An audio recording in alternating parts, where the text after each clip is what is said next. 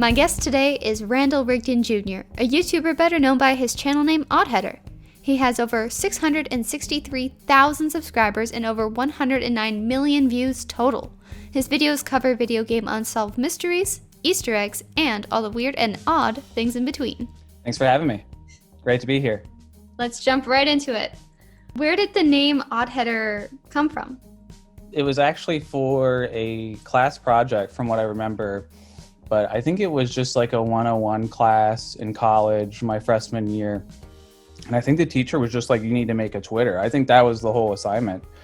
I think Twitter was pretty much a new thing right then and there. And I wasn't online a whole lot at that point. So I just opened up my laptop and started looking for random files. And I found a file called Oddheader. But I was like, oh yeah, I'm kind of an oddheader, right? So I lifted it from that, and it's just so funny because nowadays I get asked about it a lot by like hackers being like, oh, it must be a reference to writing code.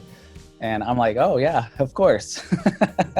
But I only really later found out after the channel had started and picked up that Oddheader refers to a header of a document on every odd page. So I didn't even put that together at the time when I named it. So it's funny how it worked out. I think it's actually more than appropriate, but it was just a total random thing when I did it.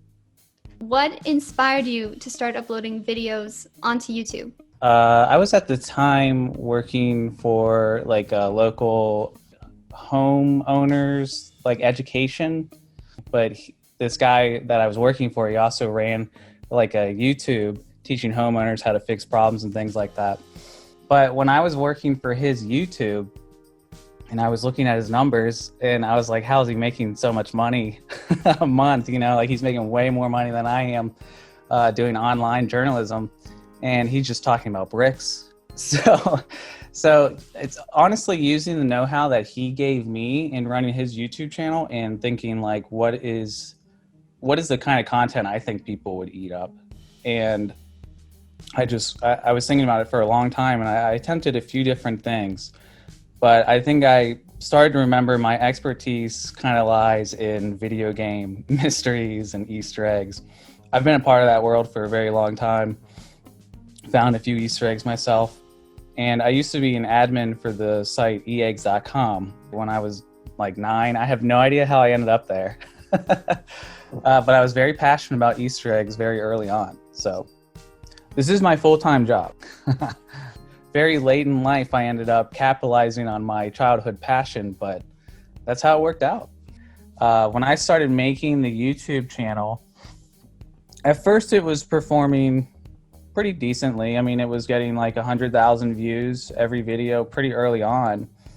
But I wasn't monetized during any of that time. It was actually right after the Logan Paul incident where YouTube pulled all the monetization off of everything. And they were like, you're going to have to wait like a year if you're pending review. So it took a long time. Like, I would say like 8 months later, they approved it. And it was that month I was like, okay, I've been holding off on some content, so I'm going to really drop it now. And in that month, I made more money that month than I would have the entire year at my job. So then I came into work the next day and I had to tell them, I was like, I made more money in 1 month than I did the whole year. So, you know, I think I'm going to follow this. It's great that it's like my real job now. It's a lot more fun than talking about bricks, to be honest. What does being a YouTuber mean to you? I guess perhaps freedom is a simple way of summing it up, because it just really allows me to express myself however I personally feel, and it really does give me a platform for that.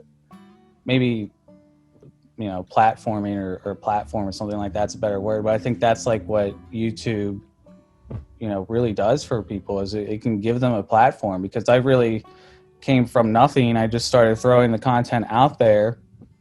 And I think the reaction was just so strong with the small audience that managed to pick it up.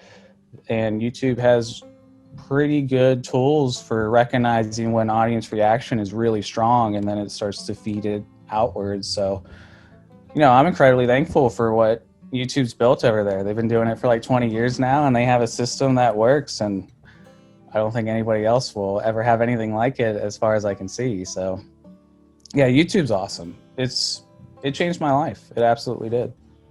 So you've collaborated with other YouTubers in the past, like the Easter Egg Hunter, Slippy Slides, and She Says.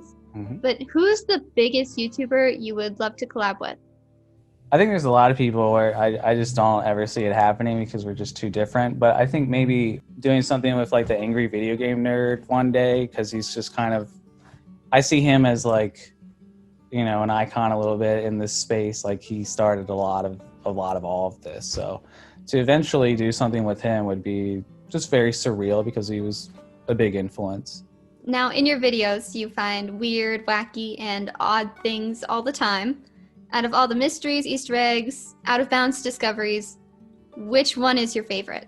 There has been a lot. I think we're approaching like 350 mysteries at this point, at least, I think, that we've done. Maybe I could give you like a couple favorites. I really like the Event Zero one, where the AI like kind of created a new ending for the player that nobody was expecting. It's like, no, the cutscene is in the game, but the context for getting it is totally bizarre in that it's like you had to romance the AI, and then the AI would be like, okay, I'll save you now, even though that wasn't in the script at all, according to the creator. And then there's just some really wild ones.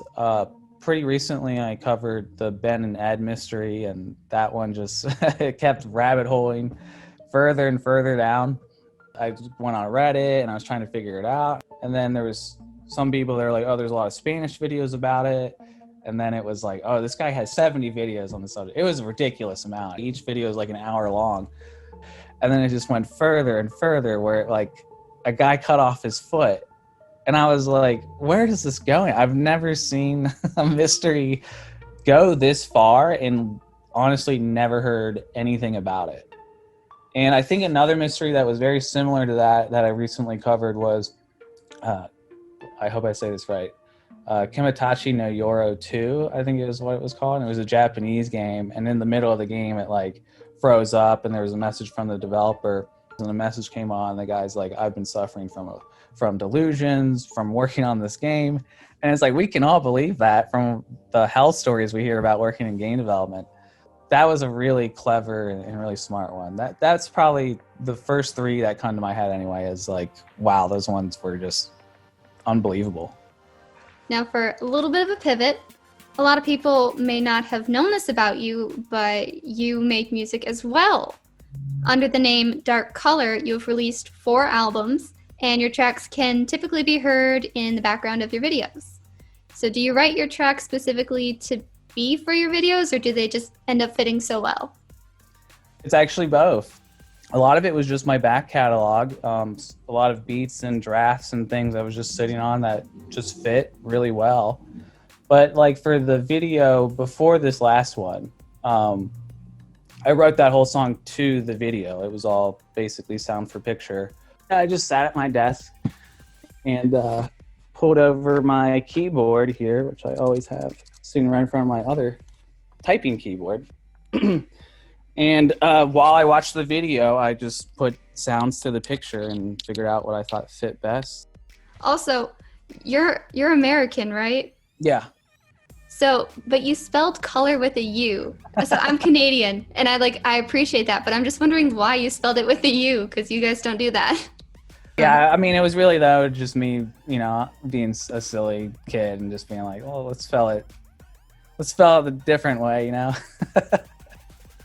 There was times where I wasn't sure about the name, and I did hear from somebody that in France, purple literally translates to dark color.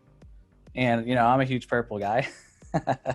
You know, it's just like Oddheader. It's like kind of a happy accident where the name ends up just being so appropriate. And can your fans be expecting new music anytime soon? Absolutely. And I'm glad I get to promote that now, because I've been working on it for way too long, and I really had to get it out. But this is the set I'm building for it now. Let me turn on these cool LED lights. Yeah, but I got like tree set up and columns. But yeah, basically for the last year and a half or 2 years or so, I've been working on the next volume for music from Oddheader Volume 2. So I'm remixing it a little bit before I put it out. Just want to make it just right, but it's definitely going to be way better than the other stuff. Do you have like a timeline of when it will be out? Are you thinking like later or like this year? It should be pretty soon. Most of the groundwork of the album's there. I still want to figure out like one or two more tracks that I'm going to put on or leave off. The album will for sure be out this year. That's probably the safest thing I could say. But my goal is for the summer for sure. Well, that's all my questions. So Awesome. thank you.